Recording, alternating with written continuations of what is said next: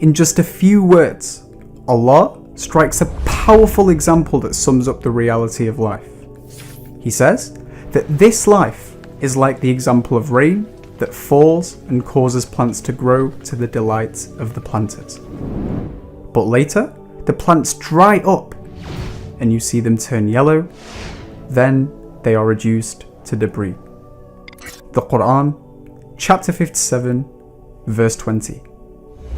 At first glance, this might sound like a basic analogy, but simply by reflecting on it, we have the potential to fully transform the way we see life. So, let's reflect.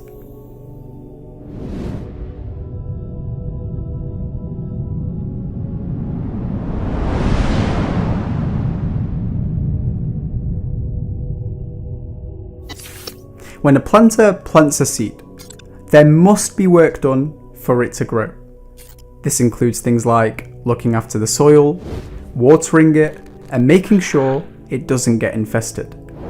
Despite doing all this work, the planter has no idea if the seed will actually grow. It could be damaged, for example, or an animal could eat it, or the soil might not have the right conditions. Yet the planter must do the work, despite these worries, because that is the only chance he has to see the seed grow. Now imagine a planter wakes up one morning after weeks of hard work and notices that his seed finally sprouted. Just imagine the happiness, the excitement, the satisfaction. After all that hard work and worry and patience, he can finally see the fruits of his labour. Day after day, the planter nurtures the plant and it grows and grows and grows, and the excitement starts to fade. The planter stops caring for it like he once did. Then it starts to turn yellow, and from yellow to brown, until it dries up, crumbles, and blows away in the wind. Such is the example that Allah gives us to explain the reality of life.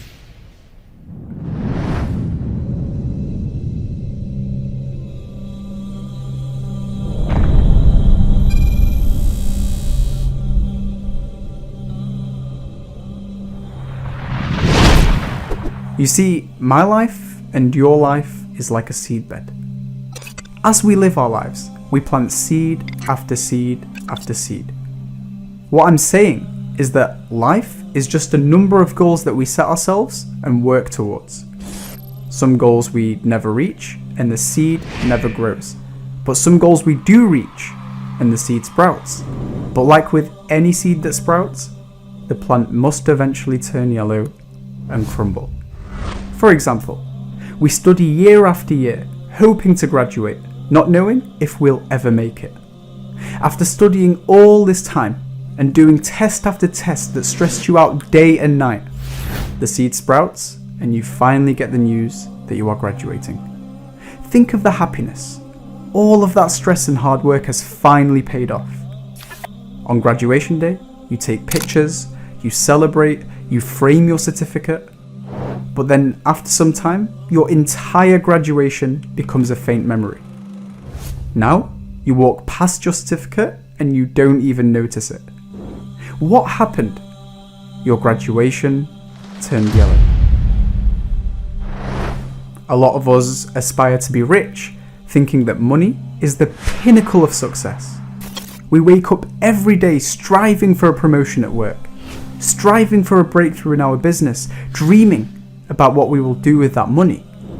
But in reality, after the seed sprouts and grows, you realize that financial freedom is not the source of true happiness or satisfaction. That money you devoted all your time and effort to has now let you down and turned yellow. Do you see the common pattern? When we set ourselves goals in life, we somehow think that achieving them will give us lasting happiness and satisfaction. We desire the best phone, 1 million followers, a beautiful spouse, our dream car, the best clothes, thinking that these things will result in the perfect life. But when we get these things and realize they've gone yellow, we plant another seed and the cycle repeats. Once I study, I'll graduate. then I'll look for my first job, then I'll get a promotion, then I'll get rich, then I'll marry the person of my dreams, then I'll have kids, then I'll raise them. But then what? We somehow trick ourselves into thinking that having these things is the perfect life. But the reality is, there is no such thing as the perfect life. These very people you think have it all and are satisfied also want more for themselves, just like me and you. As the Prophet Muhammad, peace be upon him, said, if man was given a valley full of gold, they would want another one. Why? Because everything in this life will eventually turn yellow, even if you had all the wealth in the world. Yet we chase this life, thinking that once the seed sprouts, it will always be green. Do you now see why Allah describes this life as the enjoyment of deception?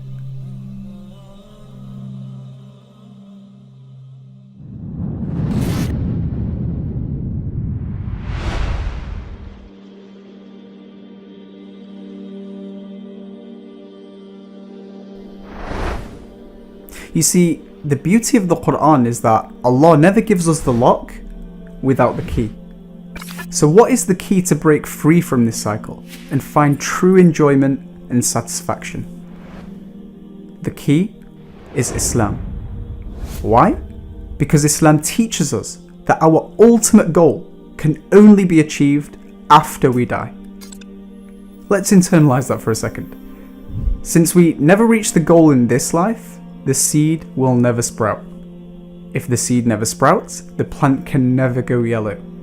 But in order to achieve this goal, we have to work, just like the planter has to work after planting his seed. This means the Muslim will strive to be rich, not for the sake of financial freedom and buying Ferraris and designer clothes, but to help those who are less fortunate, seeking the ultimate reward only from Allah. This means the Muslim will strive for the best grades at school, not for the sake of status or to be known as knowledgeable by the people, but to help bring benefit to others, seeking the ultimate reward only from Allah. You see, the Muslim uses material gains as a means to earn the pleasure of Allah and draw closer to the goal in the hereafter. But the minute you strive for a material gain to achieve a goal that is in this life, such as pleasing the people or your own desires, the seed will sprout and will eventually turn yellow. This will undoubtedly leave you in a state of delusion, emptiness, and dissatisfaction. So ask yourself, would you rather chase money, fame, lusts, parties, knowing that you will be deceived? Or would you rather chase the ultimate pleasure of the hereafter by using this world as a means to get there? If you choose this life, then know you are chasing your own shadow. If you try to catch it, you will never be able to. But if you turn your back to it and choose the hereafter, then the shadow has no choice but to follow you. As the Prophet Muhammad, peace be upon him, said, whoever makes the hereafter his goal, Allah makes his heart rich and the world comes to him whether it wants to or not. And whoever makes the world his goal, Allah puts poverty right before his eyes and the world does not come to him except what has been decreed for him. Your life is a seedbed, so choose your seeds carefully and wisely. اعلموا أنما الحياة الدنيا لعب ولهو وزينة وتفاخر بينكم وتكاثر في الأموال والأولاد كمثل غيث أعجب الكفار نباته ثم يهيج فتراه مصفرا ثم يكون حطاما وفي الآخرة عذاب شديد ومغفرة من الله ورضوان وما الحياة الدنيا إلا متاع الغرور وما الحياة الدنيا إلا متاع الغرور